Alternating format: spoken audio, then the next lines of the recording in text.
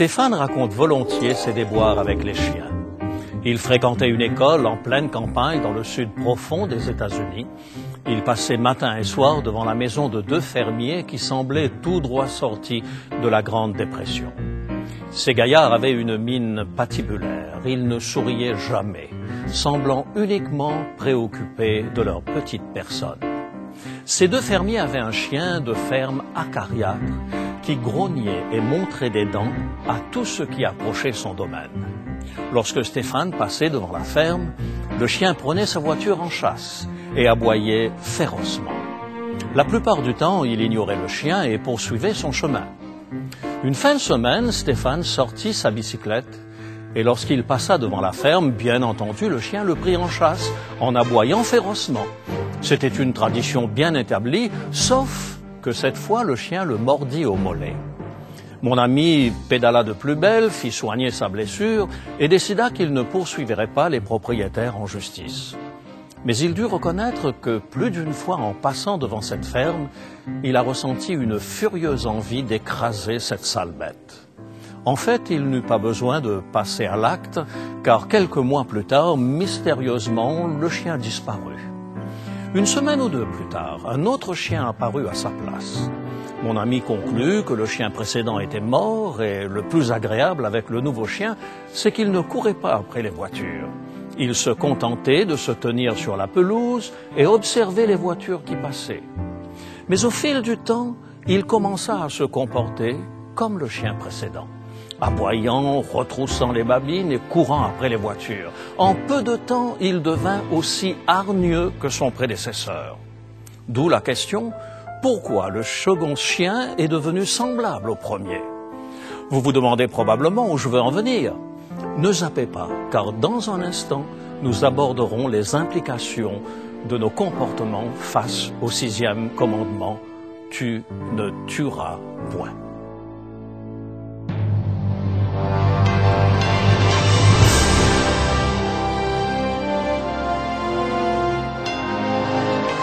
Elle a résisté à l'épreuve du temps.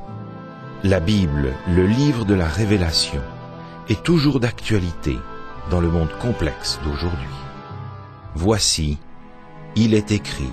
C'est un message de foi et d'espérance que vous présente maintenant José Élysée.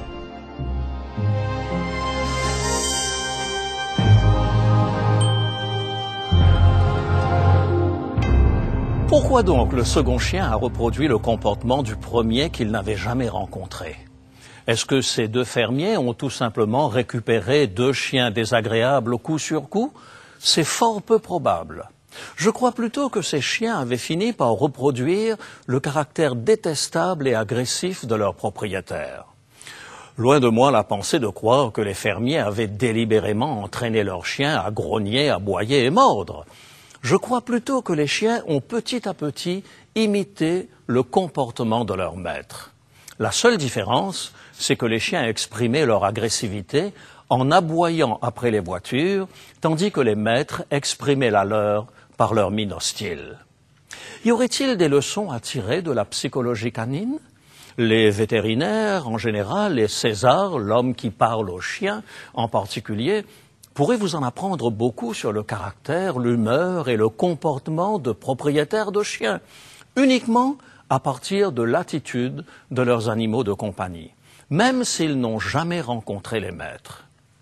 Une équipe de bénévoles au service de la communauté chargée de prendre la tension artérielle des gens dans une mini-ambulance s'était octroyé les services d'un gars, maître d'un chien qui l'accompagnait partout. Au fil du temps, les patients commençaient à éprouver des difficultés relationnelles avec ce nouveau venu parce qu'il était toujours de mauvaise humeur et que son chien voyait en chaque visiteur du centre un ennemi. L'un des bénévoles fit un jour la remarque suivante. « Je garde mes distances par rapport à ce nouvel employé parce que son chien n'est pas un chien chrétien. » C'était vrai, car le chien reflétait à la manière des chiens le comportement négatif, le caractère désagréable et l'hostilité de son propriétaire. Bien entendu, peu de gens sont prêts à remettre en question la pertinence du 6e commandement au sujet du meurtre. Il semble que malgré les avancées scientifiques, culturelles et technologiques de notre société, le meurtre demeure un problème extrêmement ardu à résoudre.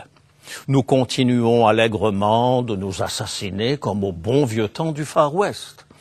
Le chroniqueur social Richard John Newhouse a écrit dans les années 1990 « Tant de personnes ont été délibérément assassinées au XXe siècle que les estimations des historiens ont des variantes de l'ordre de 10 millions. » En d'autres mots, le décompte est si difficile à établir qu'ils ont convenu d'arrondir leurs estimations aux 10 millions près.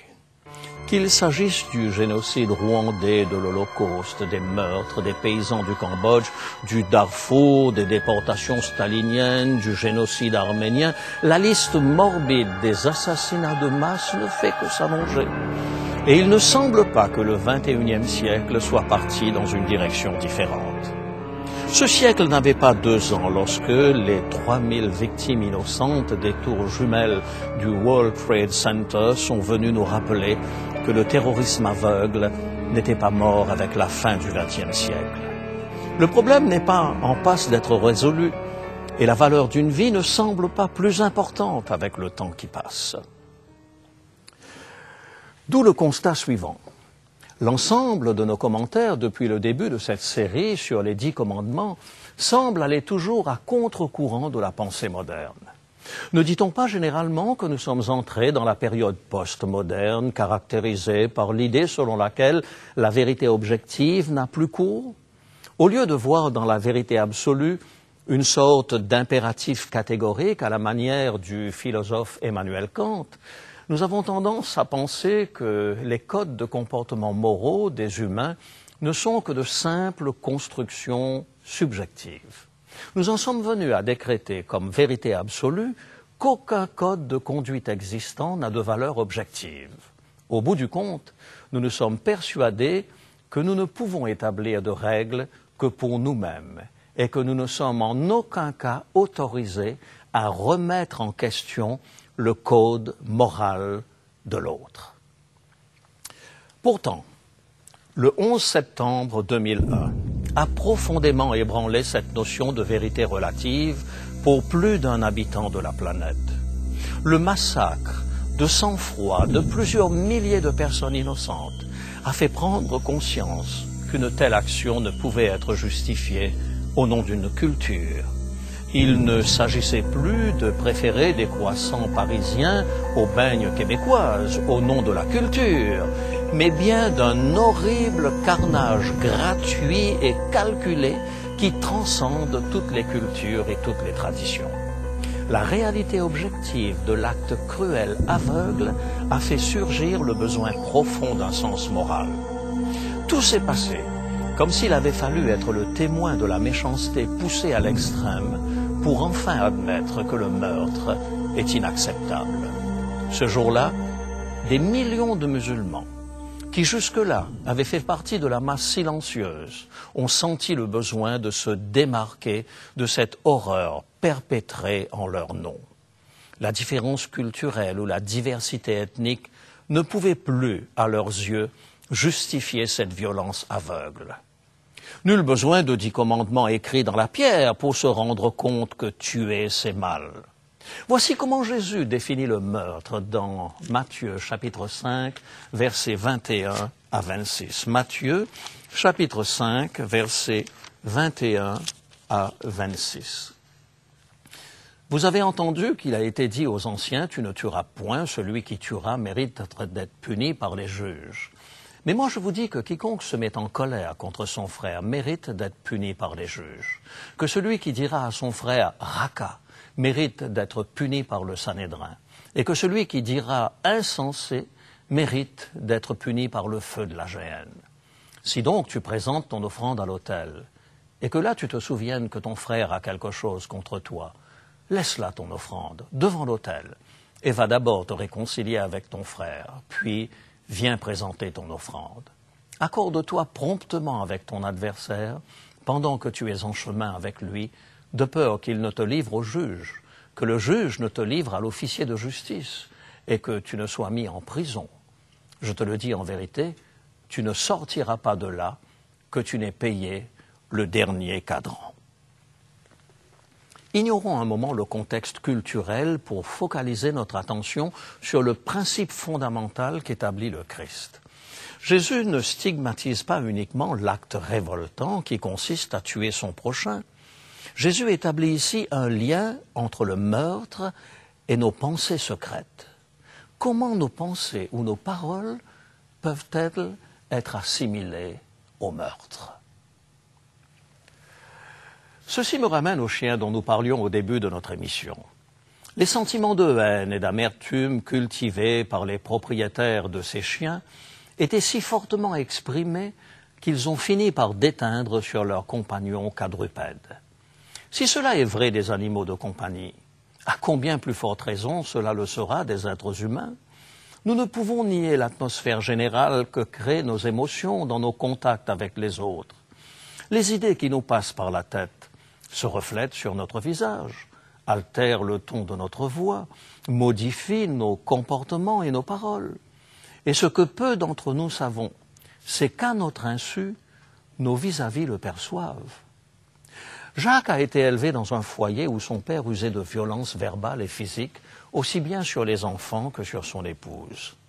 Devenu adulte, Jacques reproduisit les mêmes comportements. Était-ce une simple coïncidence? Jacques est parfaitement conscient que sa violence est en train de détruire sa vie de couple et celle de ses enfants.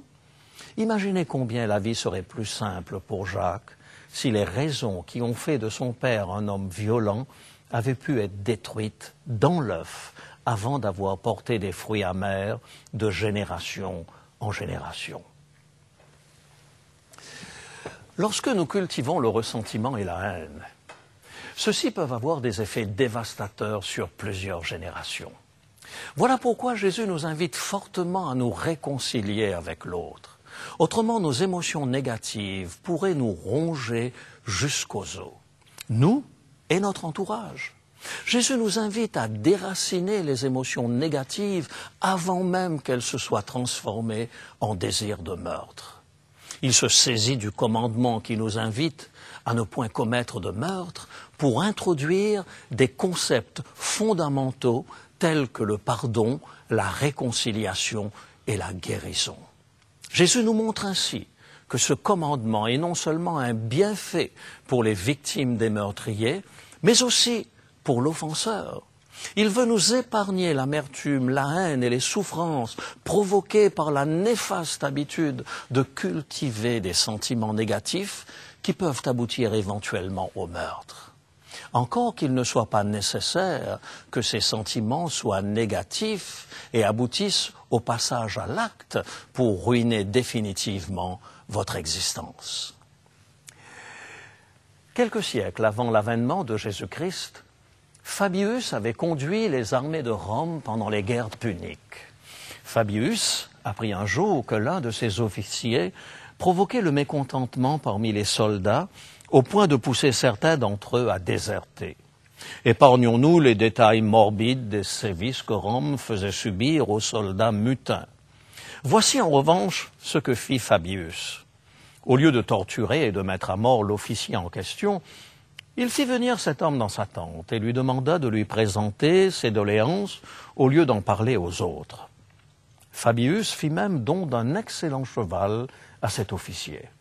Résultat des courses, cet homme devint le plus loyal des soldats de Fabius. Jésus ne nous dit pas de nous garder du meurtre. Il nous invite à étouffer les pensées négatives et la colère bien avant qu'elles ne se transforment en désir de meurtre.